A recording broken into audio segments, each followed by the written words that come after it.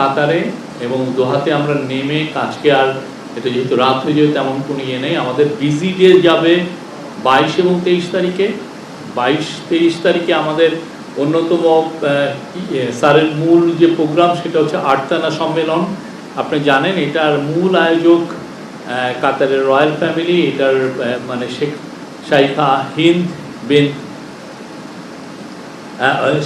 হিন্দ এটা মূল এটার আয়োজক। উনি আমিরের বোন এবং আমিরের মা যিনি শাইখা মৌজা খুবই ইনফ্লুয়েন্সিয়াল, আরব ওয়ার্ল্ডে উনি খুব ইনফ্লুয়েন্সিয়াল একজন নেত্রী ছিলেন এবং ওনার কাতারের আমিরের মানে আগের যিনি আমির ছিলেন তার ওয়াইফ, উনিও ওনার সাথেও স্যারের দেখা হবে। এবং কাতারের ডেপুটি প্রাইম মিনিস্টারের সাথে স্যারের কলন আছে। এছাড়া কাতারের আমির শেখ তামিম, উনি যদিও এখন একটু ট্রাভেলিংয়ে আছেন, বাট ওনার সাথেও আমরা আশা করছি ওনার সাথে প্রফেসর ইউনুসের একটা আলাপ হবে। এছাড়া এই পুরো টিমে আমাদের এনার্জি অ্যাডভাইজার যাচ্ছেন। এনার্জি অ্যাডভাইজারের সাথে কাতারের সাথে যেহেতু আমাদের একটা লং টার্ম এনার্জি, বিশেষ করে এলএনজি ইম্পোর্টের একটা চুক্তি আছে, তো কাতারের সাথে আমাদের একটা লং টার্ম এই এনার্জির আলাপগুলো হবে। তাদের সাথে আমাদের ভিসা সংক্রান্ত কিছু আমরা আলাপ করব। আর অন্যান্য যেগুলো বিষয় তাদের কাতারের সাথে আমাদের কিভাবে ইকোনমিক কোঅপারেশন বাড়ানো যায়, সেক্ষেত্রে একটা বড় বাণিজ্য সম্মেলন হবে, বিশেষ করে ইনভেস্টমেন্টের জন্য। কাতারের যারা লিডিং ইনভেস্টর তারা থাকবেন সেই সম্মেলনে, সেটা 23 তারিখে, এবং সেইখানে আমরা আশা করছি যে আমরা ভালো কিছু রেসপন্স পাবো। এছাড়া অন্যান্য যেগুলো মিটিং আছে সেগুলো আমি অত ডিটেলস বলছি না। কাতার চ্যারিটির সাথে, কাতার ফাউন্ডেশনের সাথে, এদের সাথে মিটিং আছে। এবং স্যারকে আল জাজিরা, আপনি জানেন ওয়ার্ল্ডের খুব নাম করা টিভি স্টেশন, তারা স্যারকে ইনভাইট করেছেন তাদের হেডকোয়ার্টারে যাওয়ার জন্য। সেখানে স্যারের তারা 1-to-1 একটা ইন্টারভিউ নেবেন। এবং এছাড়া ওনার আরও কিছু এঙ্গেজমেন্ট আছে, অনেক কিছু মিটিং আছে। আর একটা খুব ইম্পর্টেন্ট বিষয় হচ্ছে যে কাতারের প্রায় 2.5 ঘন্টা ব্যাপী একটি রোহিঙ্গা ক্রাইসিসের উপরে একটা বড় সম্মেলন আছে। এই সম্মেলনে আমাদের বাংলাদেশি আমাদের চিফ অ্যাডভাইজার এতে নেতৃত্ব দিবেন, বাট এখানে গ্লোবালি যারা এই রোহিঙ্গা ক্রাইসিসের সাথে অনেকেই তো সম্পৃক্ত, যারা এটা নিয়ে কনসার্ন, তাদের অনেকে থাকবেন।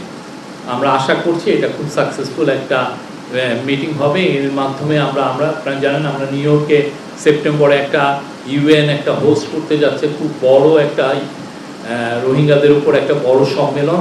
সেটারই প্রাক প্রস্তুতি শুরু এই সম্মেলনটা, 2.5 ঘন্টার এই যে সম্মেলনটা, এটা খুব ইম্পর্টেন্ট। আমরা আশা করছি যে রোহিঙ্গা বিষয়ে তো আমাদের কিছু প্রোগ্রেস হয়েছে।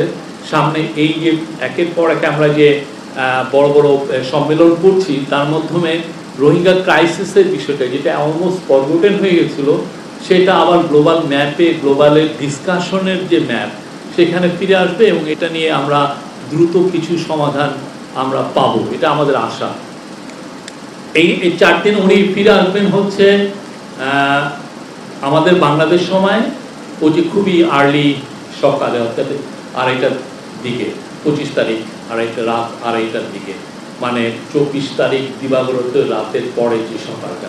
আপনারা জানেন এই প্রথমবারের মতো আমাদের একটা হেড অফ গভর্নমেন্টের সাথে 4 জন আমাদের নারী ফুটবলার এবং ক্রিকেটার যাচ্ছেন। তাদের যেই অনুষ্ঠানাদি যে আছে তাদের জন্য সেপারেট অনুষ্ঠানাদি থাকছে।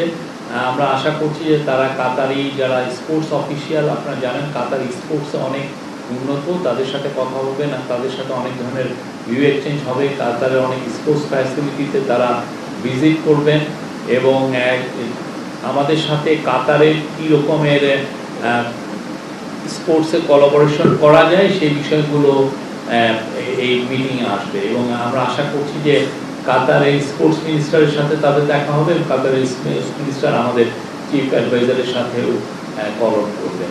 অন দ্য সাইডলাইন অনেকগুলো মিটিং হবে। এই মিটিংগুলো আসলে সত্যি হতে কাতারের সাথে যে আমাদের পারস্পরিক যে সম্পর্কটা, এটা আরো নতুন উচ্চতায় নেওয়ার জন্য। আপনি জানেন কাতার খুব ছোট দেশ হলেও মিডল ইস্টে তার অসম্ভব একটা ইনফ্লুয়েন্স, এবং কাতার গ্যাসের ক্ষেত্রে ওরা ওয়ার্ল্ডের পাওয়ার হাউস।